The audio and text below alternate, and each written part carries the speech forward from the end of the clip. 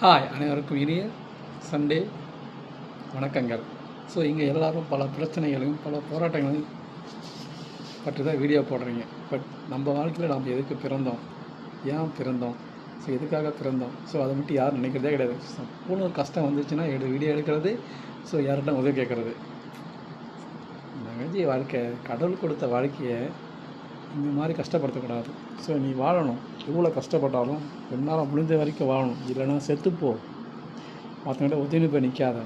So ஓகேவா, இங்கே ஆனால் ஒன்றா எல்லாத்துக்கும் உதவி அது இதுன்னு சொல்லிட்டு ஒரு வீடியோ போட்டு அதை ஒரு குரூப்பாக ஷேர் பண்ணி எல்லாமே பணம் தான். ஆனால் பட் எப்படி சொல்கிறதுனே தெரிலங்க.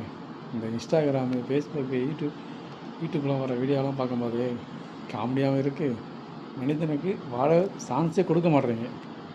நன்றி.